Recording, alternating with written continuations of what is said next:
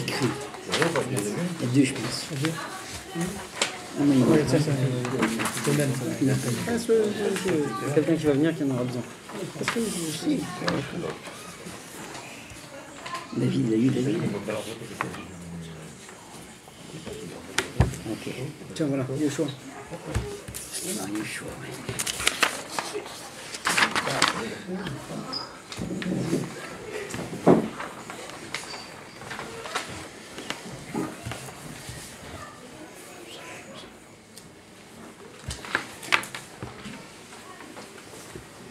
Alors on avait vu la question que l'étonnement qu'il y avait sur le fait que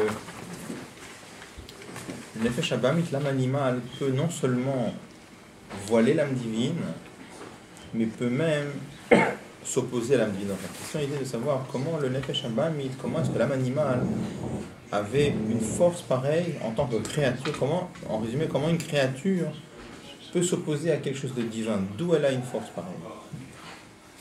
Et ça, c'est pas caché. Hein? Et ça, c'est pas caché.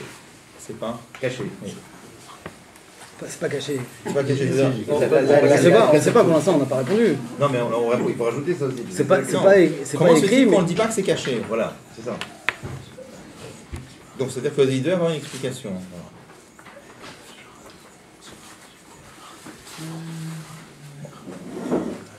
Alors on est donc la médaillette au milieu, là où il dit Bifrat. Ou Bifrat, plus particulièrement encore, Alpi, Machem Verat Tzemar Tzedek, d'après ce que le Tzemar Tzedek explique dans Oratora, Géal écrit à Tiamsouf à propos de l'ouverture de la mer Rouge.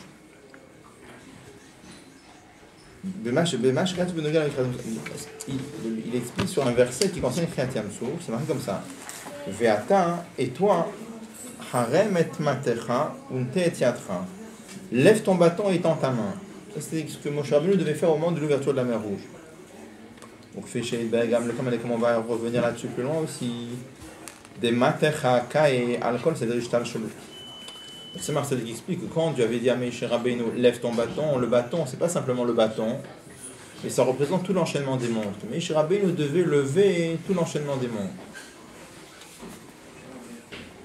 Adraba, lo alolamot, bria yetzira, asi hashenikraim beshem shevet kimvar shamatam, sham tamadava, ela alolama atzilut ulmalayoter. On sait que dans le Seder Ishtal Shelut, il y a deux parties, si on peut dire. Il y a le monde de Bria Yetzira Asiya, qui sont partis, ce sont 3 niveaux dans la création. Et après, il y a le monde d'Atsilut, et ce qui est encore plus haut qu'Atsilut. Donc là-bas, quand c'est marqué que Dieu avait demandé à Moshe Rabbeinu, lève ton bâton, c'est-à-dire lève le Seder Ishtal Shelut, lève l'enchaînement des mondes. De quelle partie de Seder Ishtal Shelut il fallait lever? C'est pas tellement les mondes de Bria Yetzira Asiya qu'il fallait lever, mais ce qu'il fallait lever, c'était plutôt Atsilut et ce qui est encore au-dessus d'Atsilut. Comme ça, le Tzemar Tzedek explique. Parce qu'il explique là-bas que ce qui est plus haut qu'Atsilut, ça s'appelle Maté, alors que le monde de Bria Yetzira Asiya, ça s'appelle Shevet. Comme il explique là-bas dans le Tzemar Tzedek. Chez Nikra Beshem Maté, par contre, le monde d'Atsilut, ce qui est plus haut qu'Atsilut, ça s'appelle un bâton. Pourquoi? Chez Montréal Tokev. Une des différences qu'il y a entre Shevet et Maté, c'est que Shevet c'est un bâton qui est flexible, et Maté c'est un bâton qui est dur, qui est ferme. Donc le Maté ça représente Atsilut parce que ça représente la fermeté. Prinat Eitan, c'est un niveau aussi qu'on appelle Eitan. On sait que dans la Neshama il y a un niveau qui s'appelle Eitan. On dit dans Télim Maskil Eitan Aezrachi, c'est marqué, l'Admor Zaken explique que Eitan ça représente l'essence de la Neshama, la partie la plus haute de la Neshama. Il y a un des endroits dans l'Écoute des Zohar, c'est marqué pourquoi Eitan, ça représente la partie la plus haute de la Neshama.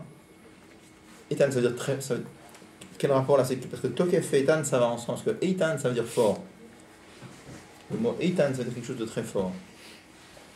Et c'est marqué dans l'Écoute des Zohar que Eitan, il y a ici toutes les lettres pour faire le futur. Et quand par exemple, on conjugue un verbe au futur, par exemple Eshmor, Tishmor, Yishmor, Nishmor, c'est quoi les lettres pour faire le futur? C'est toutes les lettres qu'il y a dans le mot Eitan. Donc comme ça, c'est un niveau qui va se dévoiler dans le futur, la Tidlavo. C'est pour ça que là, ce niveau de Neshama, il s'appelle Eitan. Bon. Donc la fermeté, ça représente Olam Hatzilut. Valzenemar, et sur cela, Dieu avait dit à Moshe, Haremet Matra, lève ton bâton, c'est-à-dire, pour qu'il puisse y avoir l'ouverture de la mer Rouge. Que dans les créatures, il puisse y avoir le inyan de transformer la mer en terre sèche. Il fallait élever le Seder Ishtal Shelot. Il fallait que d'abord Moshe Rabbeinu lève le bâton.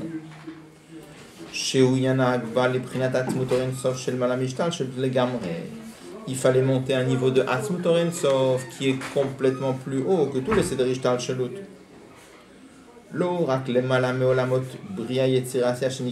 Il n'était pas suffisant de s'élever au-dessus des mondes de Bria Yetzira Asiya, et la gamme les Malame Atzilut, mais il fallait monter même plus haut qu'Atzilut. Vers la mot Shel Malame Atzilut Shenikraim Mate. Il fallait monter plus haut que le monde d'Atzilut qui s'appelle Mate. Et après c'est marqué étant ta main. Shou Yatra, le Tzemar il traduit Yud, c'est ton Yud. Shou Prinata Yud. Shou Shoresh Kolam Shachot Gilo Yoren Sof, Anim Shach Bilmala Lemata. C'est que toute la source de tout dévoilement c'est Chochma, c'est le Yud. En tout cas, quand Dieu avait dit à Moshe Rabbeinu, lève ton bâton et tends ta main, ça veut dire lève le Seder Ishtal Shelut, et le Yatra c'est la source de tout le Seder Ishtal Shelut. C'est comme ça. Il y a plusieurs asbarot, j'ai pas regardé dans le Mamar du Tzemar Tzedek là-bas, mais il y a plusieurs asbarot quand on parle de faire des miracles. Il y a plusieurs façons d'expliquer les miracles. Il y a par exemple, on voit l'histoire qui est racontée dans la Gemara, qu'il y avait une fois, c'était la fille, c'est Abichaïn Ben Dosa, je crois que c'était un vendredi, une fois elle devait allumer les bougies, ça marche pas. Ouais, c'est qu'ils avaient rien fait. Juste avant la Dlaka, elle s'est aperçue qu'elle s'est trompée. Et au lieu de prendre de l'huile, elle avait pris du vinaigre. Alors, c'était catastrophé, c'était presque Shabbat. Donc elle a dit à son père lui a dit Mi Sheama, le Shemen Sheyadlik, Yoma le Chometz Veyadlik. Le même qui a dit que l'huile elle peut brûler, il peut dire aussi que le vinaigre va brûler. Et elle allumait les. Et ça a brûlé avec le vinaigre. Alors, il y a plusieurs biurim en Chassidut. Un des biurim qui est donné, c'est que il a modifié Rabbi Hanan Ben Dosa, il y a plusieurs biurim, mais un des biurim, c'est de dire que Rabbi Hanan Ben Dosa, il a modifié le Dvar Hashem, le Koach Eloki, c'est-à-dire qu'il a transformé il a transformé le vinaigre en huile. Comment il a transformé le vinaigre en huile? C'est qu'il a transformé les tsiroufim, c'est-à-dire il a transformé les combinaisons du nom de Dieu, parce que c'est marqué dans Shara Yechud Vaïmoula, c'est marqué que la vitalité qu'il y a dans chaque chose, c'est ça qui le fait vivre. Pardon, je me suis embrouillé, excusez-moi. Le nom de chaque chose représente sa vitalité qui le fait vivre. Quand on dit par exemple Even, une pierre, il y a 3 lettres, Aleph, Bet, Nun, donc le Aleph c'est une certaine force divine, le Bet c'est une autre force divine, et le Nun c'est une autre force divine. Et ces 3 forces divines font exister la pierre et la font vivre. Bon. Donc par exemple, pour transformer un objet, il suffirait, entre guillemets, de changer la force divine qui l'a fait exister. Donc par exemple, pour faire un miracle de cet ordre-là, de transformer de l'huile en vinaigre, du vinaigre en huile, eh bien, il suffirait de faire que, au lieu que ce soit les combinaisons de lettres Chometz qui descendent dans la chose, ce soit les combinaisons de lettres Shemen. Là, c'est un bio, c'est une façon de faire des miracles, mais c'est un bio moins haut que ce qu'on est en train d'expliquer ici, parce que là, globalement, on reste dans le Seder Ishtal Shelut, simplement on modifie, on reste dans le Seder Ishtal Shelut, on reste dans les mondes, on reste dans le Seder Ishtal Shelut, mais dans le Seder Ishtal Shelut même, on change telle combinaison ou telle combinaison. Mais là, le Tzemar Tzedek, il explique que pour Kriyat Yam Souf, c'était à un niveau beaucoup plus élevé, il a fallu s'élever au-delà de toutes les akbalot, de toutes les limites de Seder Ishtal Shelut.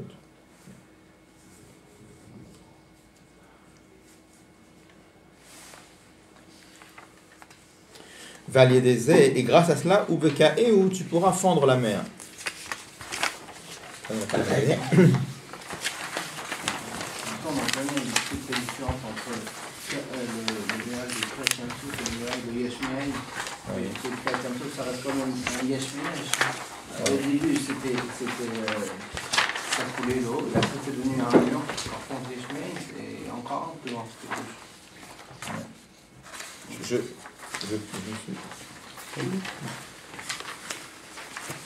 il y a aussi plusieurs façons d'expliquer le nuage de Kriyat Yam Souf. Je pense que le bur d'ici, je ne suis pas persuadé que ça marche avec le bur qui est marqué dans Shara et Chosé Amouna. Parce que là-bas, de quoi il parle? Il ne parle pas sur le lien de Afariam le Yabasha. Là-bas, il parle pas de ça. Là-bas, il parle simplement que l'eau qui a habituellement une nature de couler, elle va avoir une nature de rester debout. Donc, il semble, à vérifier, hein, il semble que ces deux biurim, il y a beaucoup de biurim. Plusieurs biurim. C'est ça. Donc c'est un autre, apparemment c'est un autre bio avec ce qui est marqué ici. Dans Shara et Chosé Amouna, il y a le pieu rouge du Rabbi, il y a un pieu rouge du Rabbi El Paritch, il y a plusieurs, c'est aussi, il y a plusieurs. Bon.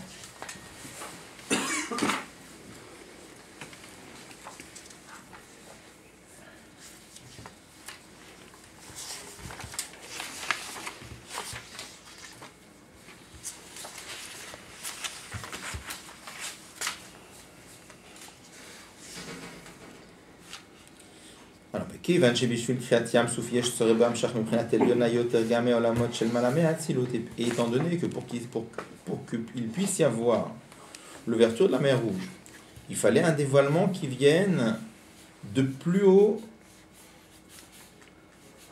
que ce qui est plus haut qu'Atsilut encore. Donc de là on comprend aussi que en ce qui concerne la guerre qu'il y a tous les jours avec l'âme animale. Cette force que l'âme animale est là, de voiler, et pas simplement de voiler, mais même de s'opposer à l'âme divine.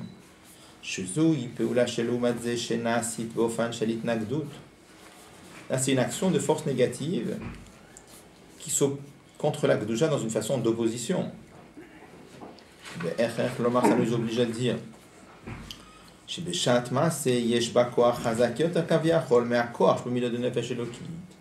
nous oblige à dire qu'au moment où l'âme animale elle est en train de s'opposer à l'âme divine, ça veut dire que quelque part elle a des forces qui viennent de plus haut que les midotes de l'âme divine encore. On avait dit ici déjà pour arriver à Kriyat Yam Souf. Kriyat Yam Souf, c'est-à-dire qu'il fallait que là-bas il y avait un chibour aforim. Afariam le Yabasha, on avait une union entre des choses contradictoires. Et pour ça, il fallait faire appel à une force qui est très très très élevée. Donc de là, on comprend aussi, ça nous oblige à dire que quand on voit que l'âme animale s'oppose à l'âme divine, pas seulement elle voit l'âme divine, mais elle s'oppose à l'âme divine, c'est que Beshat Maaseh, l'âme animale, elle a des forces qui viennent de très très haut. Et ça, il faut comprendre tout ça bien. On va comprendre cela. On va comprendre cela en expliquant d'abord ce qui est marqué dans les Kit Ve'arizal. À la page à propos du verset Kilo ala lechem levado yichye hadam, car ce n'est pas simplement avec le pain que l'homme pourra vivre, qui al kol motzati Hashem yichye adam, mais l'homme pourra vivre avec tout ce qui sort de la bouche de Dieu.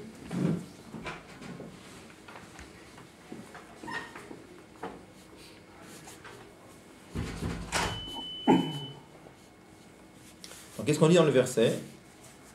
Que l'homme ne vit pas simplement avec le pain, mais que l'homme vit avec ce qui sort de la bouche de Dieu.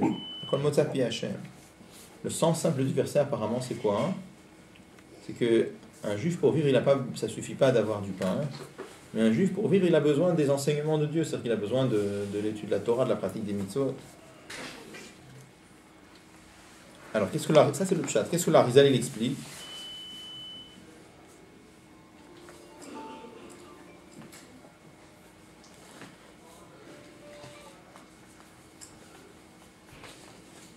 Donc, l'Arizal explique comme ça, que dans le pain, il y a une force qui vient de la bouche de Dieu, si on peut dire. Il y a une parole divine qui est dans le pain. On parle de toute la nourriture? Oui. Oui. et que cette force divine qu'il y a dans la nourriture, celle qui nourrit l'homme. C'est ça le pshat du verset. L'homme ne vit pas simplement avec le pain, mais l'homme vit aussi avec le mot tsapi Hashem, ce qui sort de la bouche de Dieu, c'est cette force divine, cette parole divine qui a servi à créer le pain. C'est avec ça que l'homme va vivre. Ah, mais il y a une question, mais l'homme il a été porté à l'existence aussi par une parole divine. Alors pourquoi l'homme ne peut pas se suffire de la parole divine qui a fait exister l'homme? Pourquoi ça ne suffit pas pour vivre? Il a besoin d'aller chercher la parole divine qu'il y a dans le pain. Alors la Rizal lui demande la question. Il dit comme ça, bien que dans l'homme, il y a aussi une force divine qui vient de la bouche de Dieu et qui a créé l'homme. Cependant, mais quand même, l'homme a besoin d'aller chercher aussi la parole divine, cette force divine qui émane de la bouche de Dieu, qu'il y a dans le pain.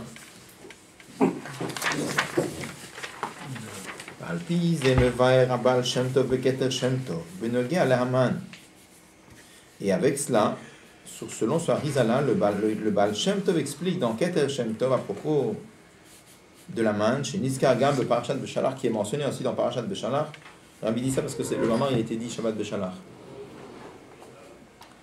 Tirtiv B, il est écrit à propos de la manne, Vaye'ancha, que Dieu t'a fait souffrir, Vayarivecha, il t'a affamé, Vayachilcha et ta manne, il t'a fait manger la manne, Asher lo yadata velo yadun avotecha, que tu ne connaissais pas et que tes ancêtres ne connaissaient pas.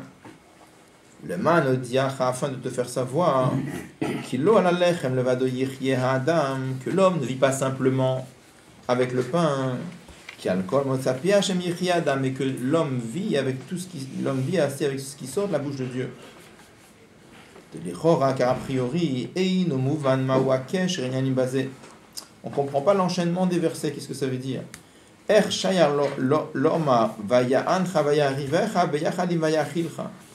ça veut dire que Dieu t'a fait souffrir, Dieu t'a affamé, après on dit il t'a fait manger?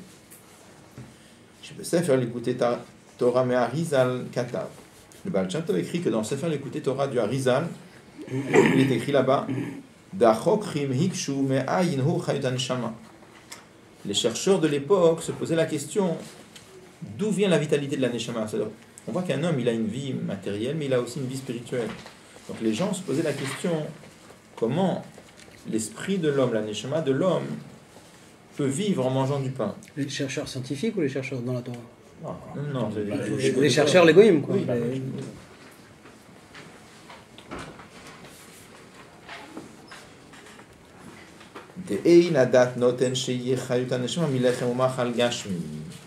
car il n'est pas logique de penser que la neshama de l'homme pourra tirer sa vitalité du pain matériel. Tirer sa Harizal. Donc le Baal Shem Tov écrit, que le Harizal a écrit, de Amorazal, Ba'asar Amamaot Nivra Olam, que nos maîtres ont dit que par 10 paroles le monde a été créé.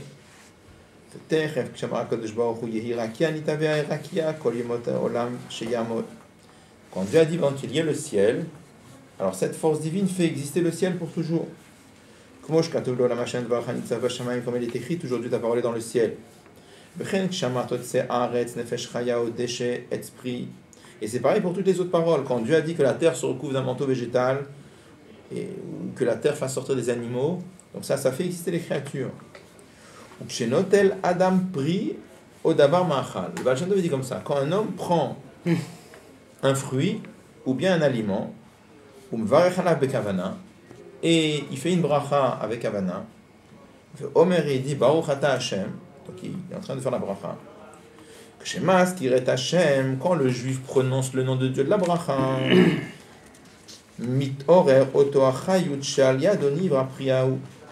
ça réveille cette force divine qui a servi à créer le fruit ou qui a servi à créer cet aliment-là.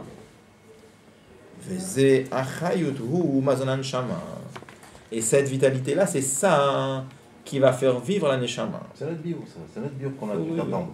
Oui. C'est pas le bio qu'on a dit. C'est la première fois qu'on entend bio. On va parler de la neshama ici. C'est la première fois qu'on entend bio. C'est nouveau. On va avancer un peu. Ça veut dire quoi? Ça veut dire les gens qui mangent sans faire la bracha, ça veut dire leur neshama. Ah, je sais pas comment. On va voir. Alors regardez ce qu'il dit. C'est au Kilo ala lechem levado. C'est ça qu'on dit. Kilo ala lechem levado. L'homme ne vit pas avec le pain seul. C'est quoi le pain seul? Pirouche bisman chez levado. C'est comme ça. Il y a le pain seul et il y a le pain avec le Dvar Hashem. Il y a toujours le Dvar Hashem dans le pain, évidemment. Mais ça veut dire, dans la vie du juif, qu'est-ce que lui il considère? Il y a des gens, ils mangent et c'est tout, ils s'intéressent au manger. Quand quelqu'un s'intéresse qu'au manger, il ne s'intéresse pas à la force divine qu'il y a dans la nourriture. Alors le lechem, il est lechem levado. Le koach Eloki, il n'est pas en train de briller chez ce juif-là. Là, c'est gashmiyut belo itorut ruchaniut. Le Baal Shem Tov, il dit ça, c'est du matériel sans avoir réveillé la spiritualité qu'il y a dans le pain. Ça s'appelle lechem levado. Même s'il a fait sa kavana, alors. Comment? Il précise qu'il faut qu'il fasse avec kavana. S'il a fait sa kavana, il y a des madrigotes, à combien ça brille, à combien ça brille pas. Il y a quand même une différence, on peut imaginer, je ne sais pas exactement, mais il y a une différence entre quelqu'un qui fait pas de bracha ou quelqu'un qui fait une bracha mais c'était sans kavana, etc.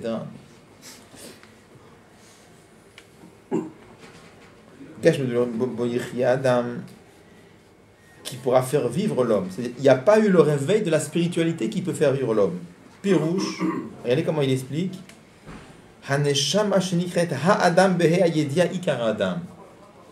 Il s'agit ici de faire vivre pas l'homme normal comme nous on comprend l'homme physique. Ha-Adam, l'homme avec un article défini, le fameux homme, c'est-à-dire on parle de l'âme divine. Qui a le kolmot sapi Hashem, mais l'homme il vit pas. Un homme l'homme, c'est-à-dire le nefesh elokit, il peut pas vivre avec lechem levado. C'est quoi lechem levado? Lechem levado, c'est du pain dans lequel on n'a pas réveillé la spiritualité qu'il y a dedans. Qui a le kol motzapi Hashem. Mais il a besoin de motzapi Hashem. Ça veut dire quoi? Pirouche. Kshata motzi Hashem bekavana. Quand un juif prononce le nom de Dieu bekavana. Donc regardez comment il traduit ici. Aussi pas comme le pshat dans le Harizal. Il traduit motzapi Hashem, ça veut dire que le juif fait sortir par sa bouche Hashem le nom de Dieu. C'est un autre pshat encore. Grâce à la bracha que tu as fait sur cet aliment-là, ça va réveiller la spiritualité qu'il y a dans le pain. Et c'est grâce à cela que pourra vivre l'homme, chez Yaneshama qui est l'homme avec le He Yedia, c'est-à-dire la Neshama de l'homme. Chez Nizon et Meruch Nutamachali. Ouais. C'est-à-dire comme ça, ici on parle. Même sur ça, il y a beaucoup de diurim. Non, mais là, c'est un bureau complètement nouveau, ça. Oui, c'est un bureau qu'on n'a pas vu encore. Alors, de quoi il parle ici? Il y a plusieurs questions. Il y a le problème de savoir, physiquement, quand un homme mange des aliments, c'est quelque chose qui le nourrit. Comment ça fonctionne? Ça, c'est une question. Là, la question que le Baal Shem Tov, évidemment, il cite la question des Chokrim. Les Chokrim aussi ne se posaient pas cette question-là. Mais en tout cas, j'ai l'impression qu'il utilise la question des Chokrim pour demander une autre question. Il fait rentrer une autre question dans la question des Chokrim. Un juif, il a en lui une Neshama, Ha-Adam, Nefesh Elokit, qui est une étincelle divine.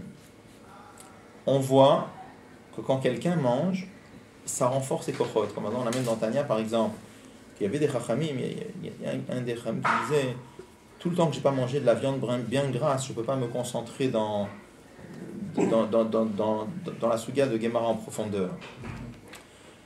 Donc ça veut dire qu'on voit que l'alimentation matérielle, c'est pas simplement que ça fait vivre le corps, et c'est pas simplement que ça fait vivre l'âme naturelle, mais là, on voit que ça renforce même le Nefesh Elokit. Donc la question était de comprendre comment il y a cette force dans l'alimentation de faire vivre Ha-Adam, la divinité qu'il y a dans le juif. D'accord? Et sur ça, donc le Baal Shem Tov utilise le biur du Harizal, mais aussi il utilise le biur du Harizal pour dire encore autre chose, d'accord?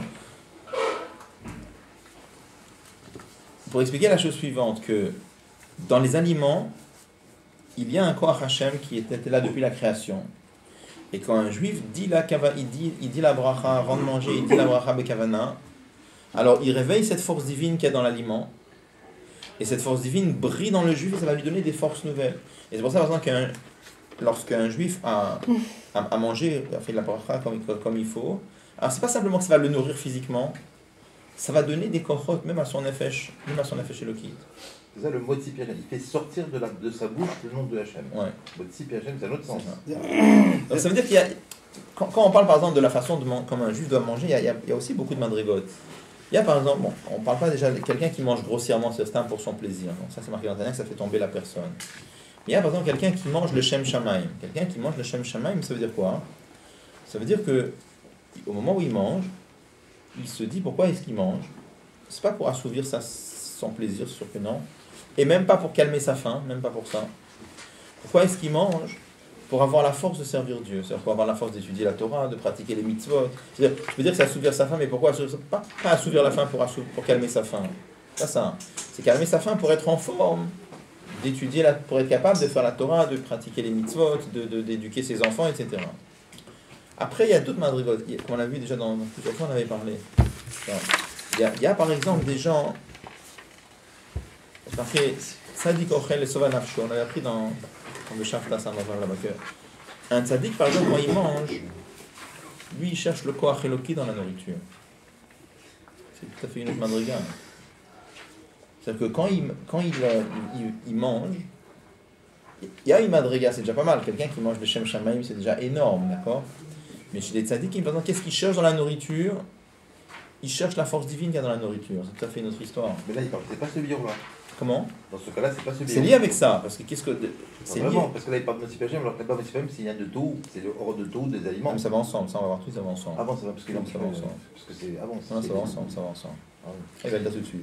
Quelle différence entre les deux niveaux? Parce que là, c'est comme ça, sinon. Entre quoi? Entre les deux niveaux que tu as Le Shem Shamaim et Le Shem Shamaim ou le Sovanacho? Ouais. Le Shem Shamaim, ça veut dire, qu'est-ce qu'il cherche? Il cherche à manger. Pourquoi? Pour une kavana qui est. Pour une kavana qui est avoir la force d'étudier, de prier, etc. D'accord. Après, il y a un autre niveau. Il cherche où il peut trouver de la force divine. c'est le fait de manger lui-même qui devient une avoda en fait dans le deuxième niveau. Oui, c'est comme le Rabbi explique, par exemple, il y a Kol Ma'aseh Shem Shamam, il y a Bechol Achecha De'eu. Quelle est la différence? On dit Kol Ma'aseh Shem Shamam, toutes tes actions sont les Shem Shamaim. Ça veut dire quoi? Ton action, c'est ton action à toi, c'est une action physique d'un homme matériel. Mais pourquoi il fait ça? Les Shem Shamaim pour servir Dieu, mais l'action, c'est une action physique. Après, il y a ce marqué Bechol Achecha De'eu. Dans tous tes chemins, connais Dieu. C'est-à-dire, dans ce que tu fais, lui, il cherche Dieu dans ce qu'il fait. Il cherche la divinité dans les actions matérielles, c'est tout à fait une autre histoire. Tu peux avoir la même chose dans le travail, on avait parlé de ça dans le Mamar de Samar, quelqu'un dans le travail. Alors, un juif qui travaille, pourquoi faire? Pour pouvoir gagner sa parnassa et éduquer sa famille dans le chemin de Torah et Mitzvot. Ça s'appelle, il travaille, c'est du travail. Après, il y a autre chose. Il y a un juif, dans son travail, il voit qu'il y a eu un tel problème, et il voit comment il y a eu une intervention divine, parce que c'est incroyable, il y avait tel problème, et juste par un coup de chance extraordinaire, il y a eu telle chose qui est arrivée, et comment ça a résolu le problème. Donc là, qu'est-ce qu'il voit?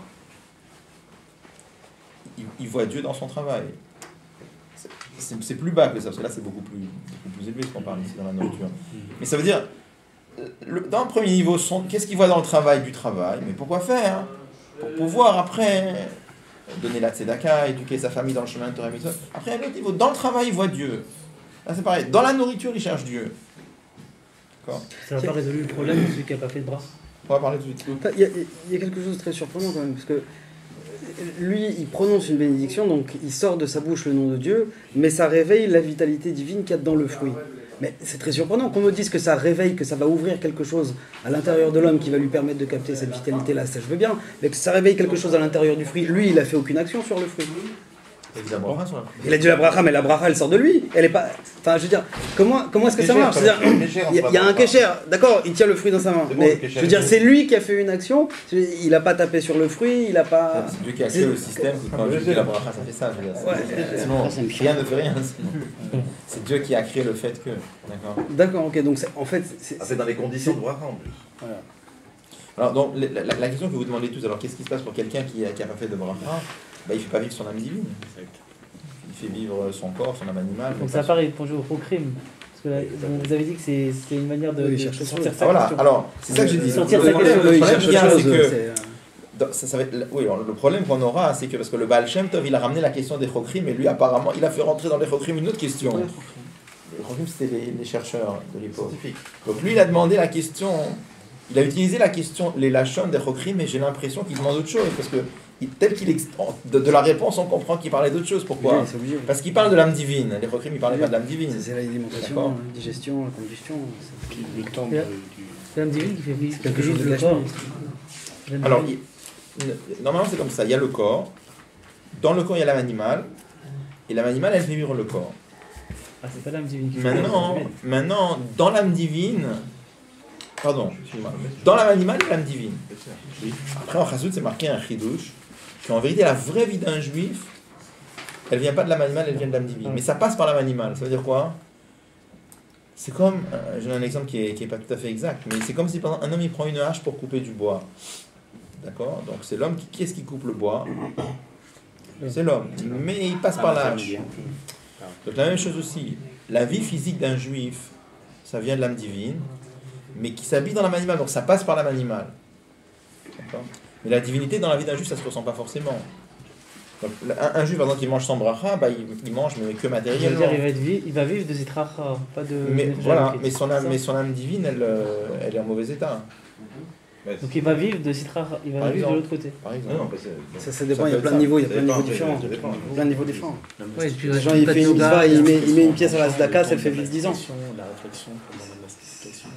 Bon, par exemple. C'est pour ça, par exemple, enfin, c'est marqué dans ça, par exemple, quelqu'un qui va manger, par exemple, le Shem Shamaï, mais pas kasher, ça ne peut pas s'élever, c'est impossible. Bon, ça, c'est...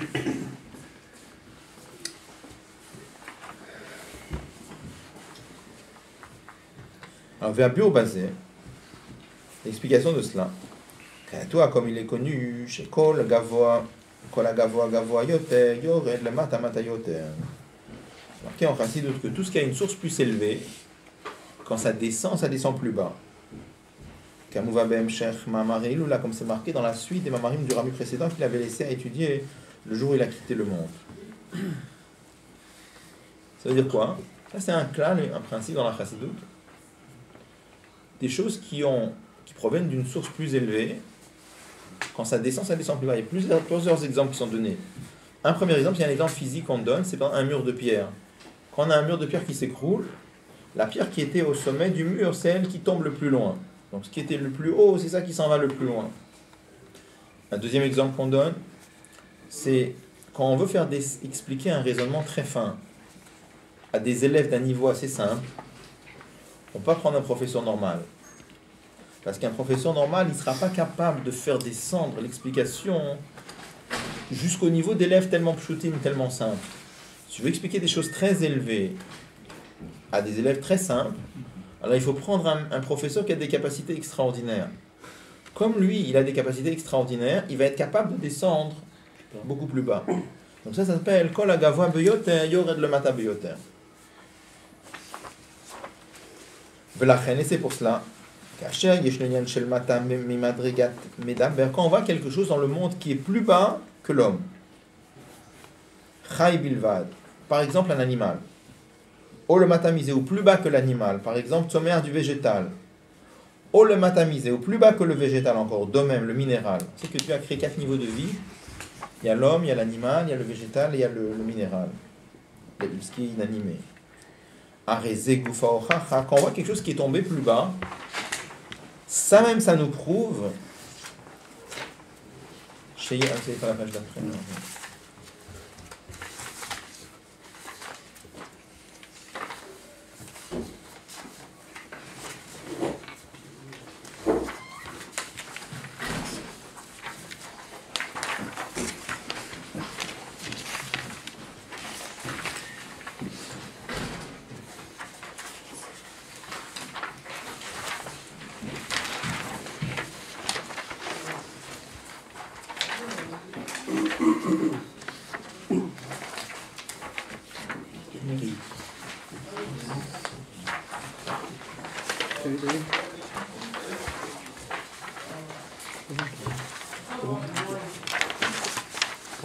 qui est derrière. Vous m'avez vu? C'est bon, c'est bon.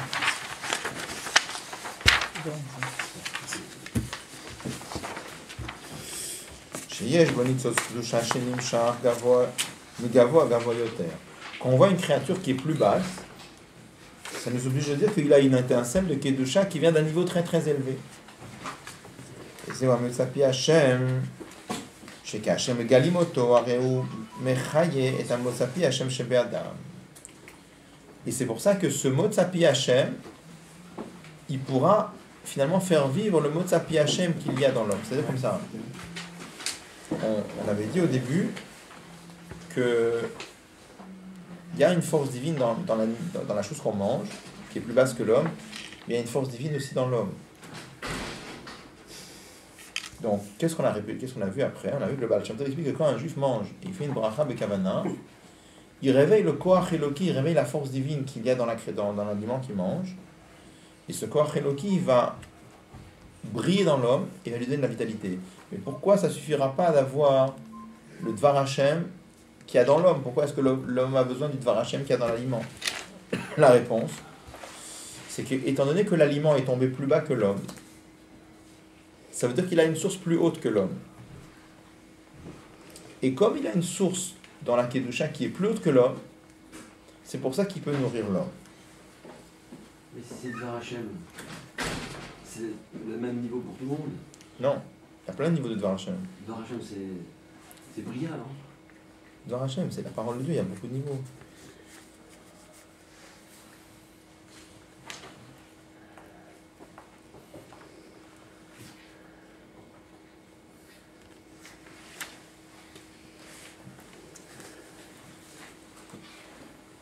C'est-à-dire celui qui a un effet Loki qui fait briller en faisant un bracha avec Kavana, il donne plus de force à sa nefesh Loki qui brille plus, et donc il va surplomber sur le il va avoir une force supplémentaire sur le nefesh Abamit pour quand il va avoir des nisyonotes. Ça donne des forces. Il va pas, c'est pas ce qu'il va dire là. Il va aller plus loin dans ça. C'est ce que je te dis. On va voir. On va avancer. De la même on comprend.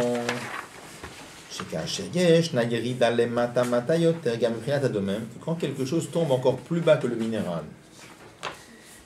ça veut dire qu'en vérité ça vient d'encore plus haut. Les malagam prinata gavoa, ça veut dire que ça vient d'une source qui est plus haute que la source du minéral. Et c'est ça la différence qu'il y a entre klipat noga et les klipat atmeot. On sait que lorsque Dieu a créé le monde, il a créé des forces négatives. Il a créé la klipat noga, c'est une sorte d'intermédiaire entre la kedusha et la klipa, entre la kedusha et les forces négatives.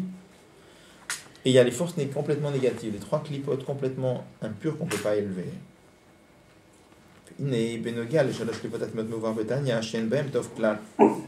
À propos des klipotes complètement impures, c'est marqué dans Tanya à la fin du premier Pérec qu'il n'y a pas du tout de bien dedans. Chez la Chemen Tmot Legamri, c'est pour ça que ce sont des choses qui sont complètement impures et qu'on ne peut pas élever. Ou me va à base kvot kushat admor hashab, bedibur matril vaïk de l'eau anéarim, vekam mekomot. Il y a tout un moment du Rabbi Rachab vaïk de l'eau anéarim tavresh sameche, et il y a d'autres endroits encore. Il demande la question suivante. Il dit de l'Ichora et nomuvan ershayach sheb ein baem tov klal. Comment c'est possible que quelque chose n'aura que des forces impures, il n'y a aucune force de Kedusha en lui? On sait que tout tire la vitalité de la Kedusha. Donc s'il n'y a absolument rien de Kedusha en lui, comment ça peut exister Bichlal? C'est impossible. C'est sûr qu'il y a une vitalité en lui, et la vitalité ça vient obligatoirement de la Kedusha. Mais le sujet est il dit comme ça, il y a une différence entre klipat noga et les klipotat meot. Donc klipat noga, c'est un mélange de bien et de mal. Le bien et le mal sont mélangés. Mais c'est pas unifié. Comme c'est marqué par exemple dans les mondes de Bria et Yetzira Asiya, c'est marqué que dans le monde de Bria, c'est une majorité de bien. Le monde de Yetzira, c'est moitié-moitié. Le monde de Asiya, c'est une minorité de bien. Mais même dans le monde de Assia, dans lequel on dit que c'est une minorité de biens, le bien et le mal ne sont pas mélangés. Ils sont juste mélangés, mais ils ne sont pas unifiés. C'est juste mélangé. Mais ce n'est pas unifié. Tandis que dans les clipotes qui sont impurs, le peu de bien qu'il y a en eux, qui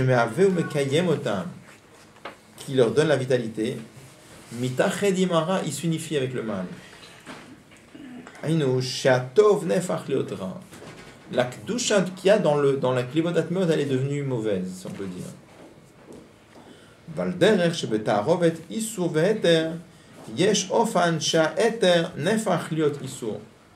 Comme on trouve par exemple dans les dîmes de la cacheroute, il y a des cas où il y a des mélanges de isur ve'eter, et il y a des cas où on dit dans la lacha, ça s'appelle chaticha nasit nevela, que le éter lui-même il est devenu comme du isur.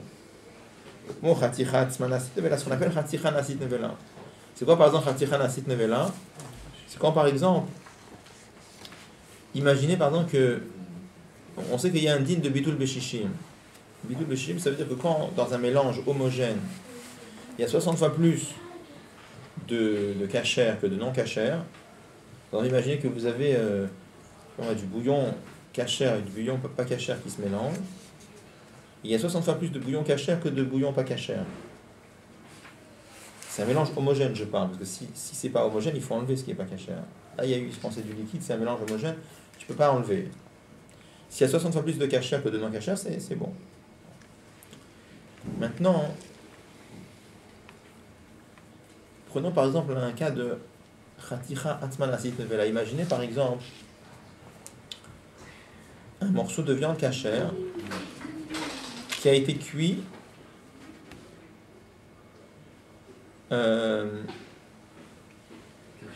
dans une casserole où il y avait quelque chose de pas cachère mélangé avec lui.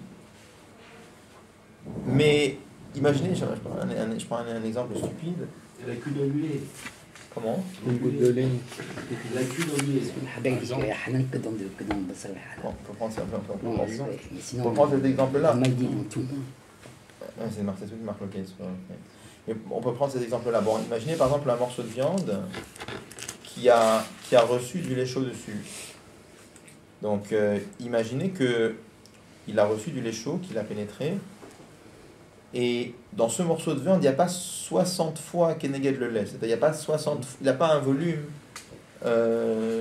suffisant pour annuler le lait. Parce que si c'était qu'une seule goutte de lait qu'il y a dans le morceau de viande, 60 fois plus et qu'on ne sait pas où c'était, ça peut être batel beshim, le morceau de viande peut encore rester caché. Mais si c'était par exemple une quantité de lait qui était... c'était pas batel beshishim, le morceau de viande devient taref. D'accord? Maintenant, imaginez que ce morceau de viande, maintenant, il tombe dans une soupe et que ça cuit ensemble et qu'après même je l'enlève, le morceau de viande, parce que quand c'est un mélange qui est pas homogène, je peux l'enlever. Est-ce que la soupe, elle va être cachère? Il faut bitul beshishim. Pour que ça puisse être cachère, il faut que dans la soupe, il y ait 60 fois plus de cachère que de non cachère. Alors, il faut 60 fois plus que le morceau de viande ou 60 fois plus de les quelques gouttes de lait qui étaient tombées dedans. D'accord? Donc le din, c'est que comme on dit que chaticha atzman asit nevela, comme le morceau de viande, il n'est pas assourd juste parce qu'il porte quelques gouttes de lait en lui, mais entièrement il est devenu taref. Donc il faudra 60 fois plus que tout le morceau de viande.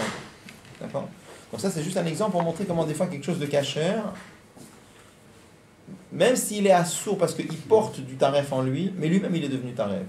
C'est pas juste parce qu'il est véhicule de taref, lui-même il est devenu taref. C'est-à-dire que la nafkamina, c'est que quelque chose de klipat noga peut se transformer en shlosh klipat atmeot, c'est ça? Non, là il va expliquer la différence qu'il y a entre klipat atmeot et klipat noga. D'accord, il dit que dans klipat atmeot, il veut expliquer le lachon du Tanya. Dans Tanya, c'est marqué En Baem Tov Klal dans les klipat atmeot. Il dit comment c'est. Le Rebbe Racham lui demande mais comment c'est possible? Si En Baem Tov Klal, comment ça peut exister? Chaque chose a une trahie de Gdusha. Même les klipat atmeot aussi. Donc il répond c'est sûr qu'il y a une trahie de Gdusha dans les klipat atmeot. Mais cette trahie de Gdusha, elle-même, elle est devenue comme Nevela. D'accord?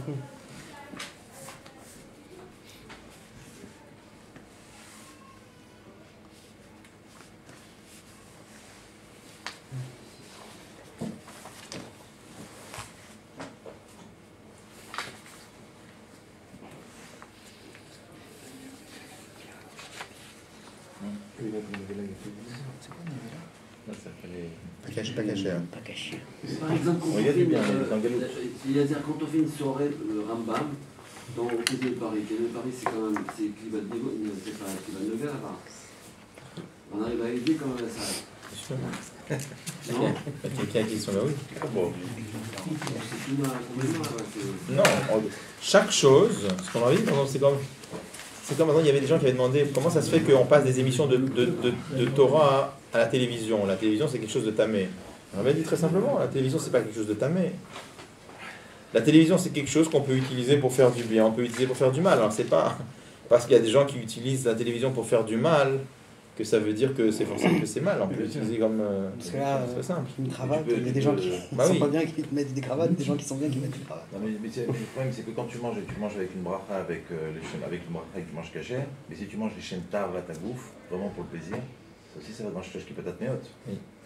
Mais comme c'était Tu peux l'élever. Fichal. Tu peux l'élever. Mais une fois que tu fais tu vois, mais t'as que tu vois, c'est enfermé dans les clipotes. Hein. On est d'accord. Il faut sortir d'abord, hein. C'est évident. Tu vois. Avec bracha. Faut faire du scooter. Embêtant.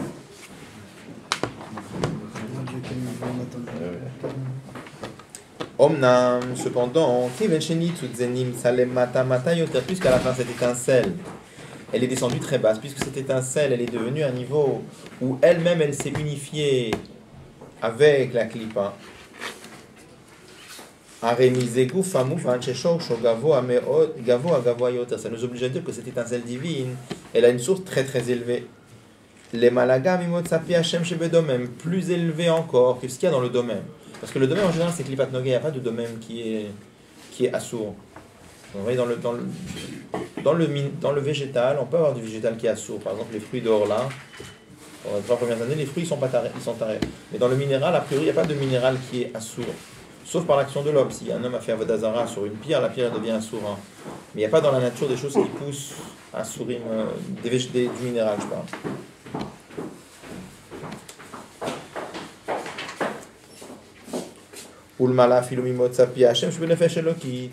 Et le Motsapi Hashem qu'il y a dans les Klipot Atmeot, c'est plus encore que ce qu'il y a dans le Nefesh Elokit.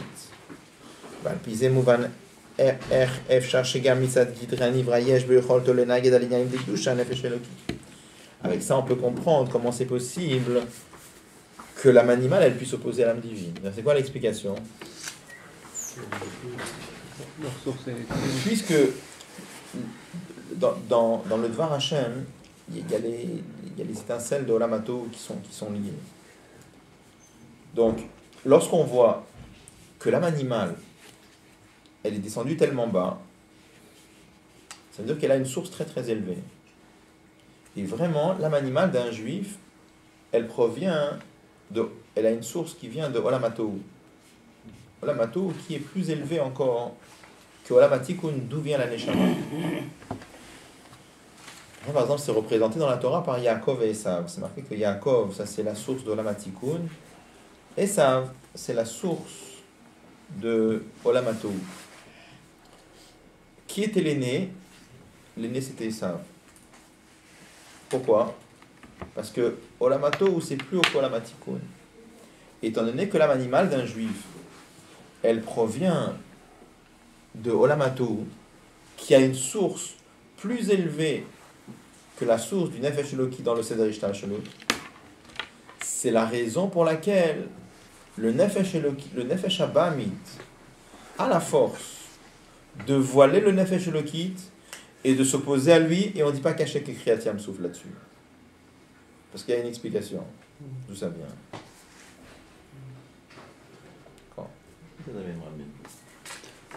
Quand il y a une explication, quand il y a une explication, on ne dit pas cacher qu'il crée Yam Souf, c'est ça le dire?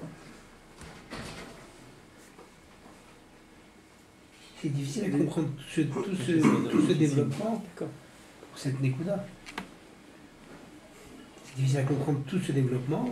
Tu passes avec le son de Bachem Tov, alors que depuis le début, on aurait pu dire tout ce qui est plus haut, qui descend plus bas, c'était la réponse tout de suite. C'est difficile à comprendre tout ce qui se passe là. Parce que dans toute la suga de Chassidut, d'où on explique Souvenir de Joresh, c'est à propos de Kilol Alachem Levado Yeram, partout on fait ça. À chaque fois qu'il y a cette Nekuda, on amène ça en général. Je veux dire, la Souga de Pourquoi il Chassidut, donne tous les développements? Parce que c'est. Quand tu regardes dans l'écoute Torah ou n'importe où, tu vois Stam, il te ramène étant donné que le Shoresh est plus haut, que ça descend plus bas. Pourquoi être passé par l'histoire du Baal Shem Tov et toutes ces lignes-là des Kavanot et... Qu'est-ce que ça a rajouté en d'autres termes dans la réponse? il a voulu rentrer plus dans les détails, il a expliqué par rapport au Nefesh Elokit. Avec le biur du Baal Shem Tov, il a rajouté la Nekuda de Ha-Adam, c'est le Nefesh Elokit. Il explique que la question c'était sur le Nefesh Elokit. Comment le Nefesh Elokit il peut tirer Chayut? Ça rend beaucoup plus clair, lui. Hein. Parce qu'une fois qu'on comprend que le Nitzutz il est plus haut que le Shoresh du Nefesh Elokit, alors on comprend bien comment le Nefesh Abamit il peut être Malimo et Master sur le Nefesh Abamit.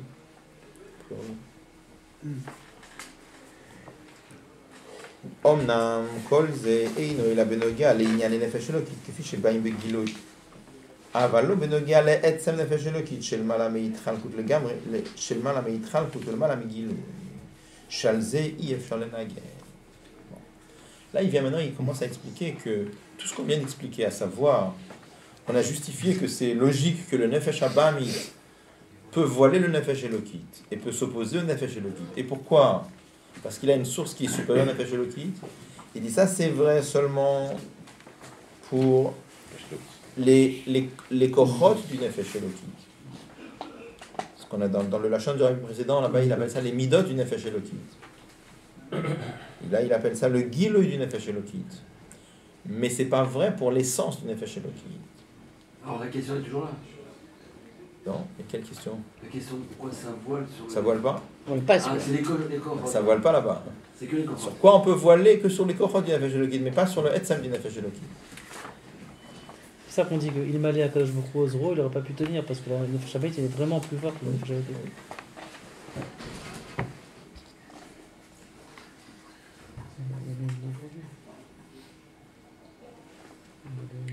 Tu vois les mots qu'il dit ici, Shalze if Shalenaget. Parce que le etzem du Nefesh Elokit, c'est pas possible de s'opposer à lui.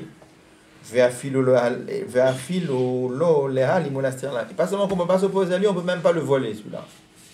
Mais là, il parle du Nitzutz de la Nivra, du Nivra ou Nitzutz du Boré qui est dans les Yechida. Parce que là, il parle à un niveau très très profond au niveau d'un schéma. De quel Nitzutz il parle ici? On ne peut pas voler le Etzem. Qu'est-ce qu'il appelle le Etzem?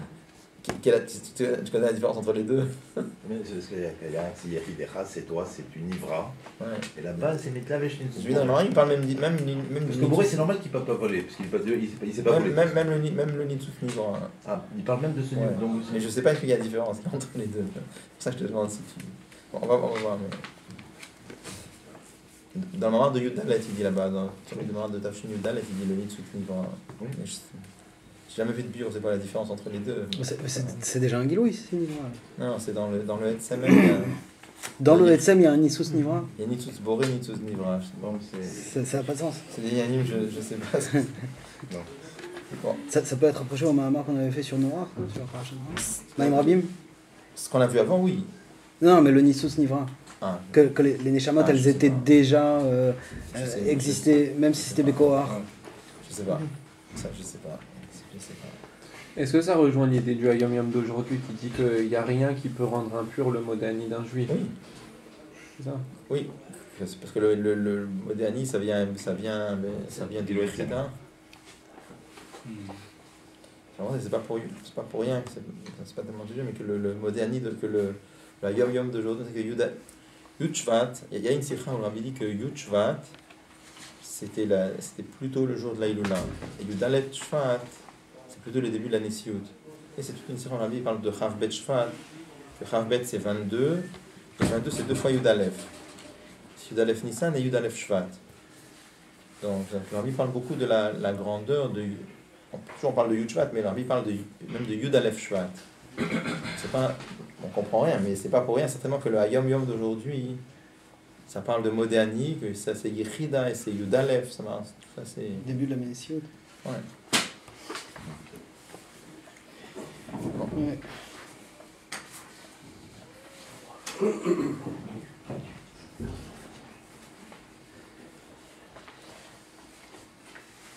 Le canal est comme on l'avait avant 6 bêtes, Mimashikatu, Bemama, Beparik Dalet. Qu'est-ce qu'on c'est marqué dans le Péril d'Alet? Quand on dit que l'âme animale elle voit l'âme divine, quand on parle de l'esprit de bêtise ou de folie qui voit l'âme divine, regardez les mots qu'il dit là-bas, les mots du verset précédent, il s'agit juste des midot, midot ça veut dire ici les kochot. Il s'agit uniquement des kochot du nefesh elokit. Avalo alat ou de nefesh elokit, mais pas l'essence du nefesh elokit.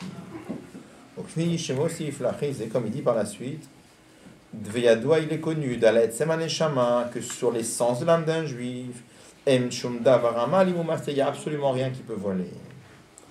Vekanal, Shemitzadze, Mitbatel, Ahelem Vest, au contraire. Par rapport au Nefesh, au Etzem du Nefesh Elokit, le voile disparaît. Utmurata Atia Shel Matamitam Vadat, Nasita Atia Shel Malamitam Vadat. Et à la place de cette déviation qui se fait en dessous de la logique, c'est la bêtise dans la klipa, on arrive à la déviation au-dessus de la logique, c'est-à-dire la bêtise dans la gdusha, shtut de gdusha. Juste un essai, quand même. Là, il est en train de revenir sur le début, là, maintenant.